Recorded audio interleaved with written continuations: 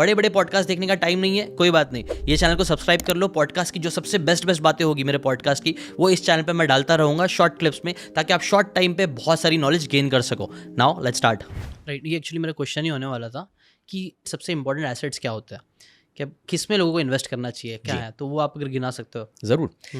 बहुत सारे अलग अलग एसेट्स हैं जिसमें शुरुआत सबसे पहले अपने ऊपर से करो। एक्चुअली हमारी इनकम जितनी खुद की कम होती है ना, मतलब ये है कि अपनी काबिलियत कम है। और पहला इन्वेस्टमेंट अपने ऊपर करना है, ना कि स्टॉक मार्केट, ना कि रियल एस्टेट।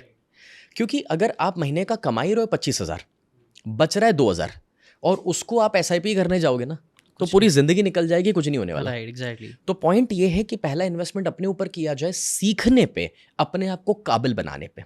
वो बुक्स हो सकती है, सेमिनार्स हो सकते हैं, अच्छे पावरफुल लोगों को मिलना हो सकता है, मेंटोर्स और टीचर्स हो सकते हैं।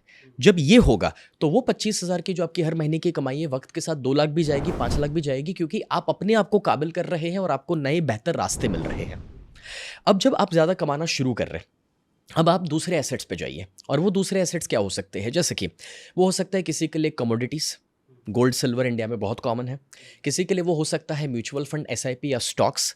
किसी के लिए वो इवन रियल एस्टेट हो सकता है। बट कोई भी इन्वेस्टमेंट सेक्टर के अंदर समझना ज़रूरी है कि जो चीज़ की आपको समझनी है ना, किसी के कहने के ऊपर इन्वेस्ट मत करो। वो लर्निंग आपको लेना, समझ आपको लेना आवश्यक है। हम रियल एस्टेट के ऊपर काफ़ी कुछ पढ़ाते हैं, लोग समझते हैं, फिर इन्वेस्ट करते हैं, क्योंकि पूरी दुनिया में सबसे ज़्यादा मिलियनर्स रियल एस्टेट में बने हैं। इसके साथ साथ जो दूसरे इन्वेस्टमेंट्स आप कर सकते हैं वो होगा, आप इन्वेस्ट करो टेक्नोलॉजी में और बिजनेस में। जो पैसा आपका बन रहा है, उस पैसों को अगर आप निकालते जाओगे और अपने पर्सनल प्लेजर में यूज़ करते जाओगे, तो आप री इन्वेस्ट नहीं कर पाओगे अपने बिजनेस में। वो कहानी सबने सुनी हुई है, और वो है सोने के अंडे देने वाली मुर्गी। इसमें से हमने सीखा लालच बुरी बला है, लेकिन आज मैं कुछ अलग सिखाता हूँ। जो मुर्गी थी ना, वो एक मशीन है, और जो अंडे थे वो उसका प्रोडक्शन था।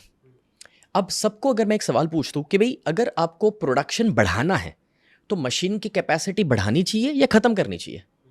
तो सभी बोलेंगे मशीन की कैपेसिटी बढ़ानी चाहिए। तो उस इंसान ने गलती ये करी कि उसने मशीन को ख़त्म कर दिया। उसको क्या करना चाहिए था? बहुत सिंपल है। अगर अपने पास वो मुर्गी है तो हम उसे रेगुलरली घूमने के लिए लेके जाते, AC में सुलाते, अच्छे कपड़े पहनाते, उसको खुश रखते। वो जितनी खुश रहती, वो जितनी तंदुरुस्त रहती, उतने बड़े अंडे देती, ज़्यादा अंडे देती, और क्या पता उसके बच्चे पैदा होंगे तो वो और अंडे देते हमें। Right, exactly. हाँ। लेकिन यहाँ पर ज़्यादातर लोग उल्टा कर रहे हैं कि अपने बिजनेस से या जहाँ से वो पैसा बना रहे, उसे कमज़ोर बनाते जा रहे हैं, उससे पैसा निकालते जा रहे हैं, और पर्सनल चीज़ों में इन्वेस्ट करते जा रहे हैं। वो यूरोप टूर भी हो सकती है, गोवा घूमने जाना भी हो सकता है, कपड़े भी हो सकते हैं, या 500 रुपये के बाल कटवाने भी हो सकते हैं। मैं हमेशा लोगों से पूछता हूँ कि 500 रुपये के बाल कटाने से कौन सा पैसा आ रहा है? या आपने बड़ा घर ले लिया, वो आपका पर्सनल प्लेजर है, लेकिन उससे क्या आपके वहाँ कस्टमर्स बढ़ रहे? शायद नहीं। तो करना ये है हमें कि उस पैसों को री इन्वेस्ट करो अपने बिजनेस के अंदर, डेवलपमेंट के अंदर, या फिर टेक्नोलॉजिकल अपग्रेडेशन के लिए, और जो आपको फ्यूचर में ज़्यादा पैसा ला कर देगा। कई सारे लोग हाँ ये गलती करते हैं, ऑब्वियसली इस पे काफ़ी मैरिज से रिलेटेड ऐसी जगह पे खर्च करना जहाँ पे उनको रिटर्न्स इतने नहीं मिलेंगे। इंस्टेड हमें अपने बिजनेस पे, अपने ऊपर ही ज़्यादा इन्वेस्ट करना चाहिए। ये इसके ऊपर मुझे एक याद आ गया, वॉरेन बफेट का भी एक कोट था। उनसे भी मतलब एक इंटरव्यू में पूछा गया था कि आपका सबसे बेस्ट इन्वेस्टमेंट अभी तक क्या था, तो उनसे लोग कोई सोचा कोई कोको कोला होगा, जिलेट होगा, ये सब वो था। लेकिन उन्होंने बोला जो सबसे बेस्ट इन्वेस्टमेंट मैंने किया था वो was a investment in my self. जो उन्होंने भी एक डेल कार्नेगी का कोर्स लिया था पब्लिक स्पीकिंग के ऊपर, वो बोलते वो मेरा सबसे बेस्ट इन्वेस्टमेंट था जिसने मुझे सबसे ज़्यादा रिटर्न्स दिए।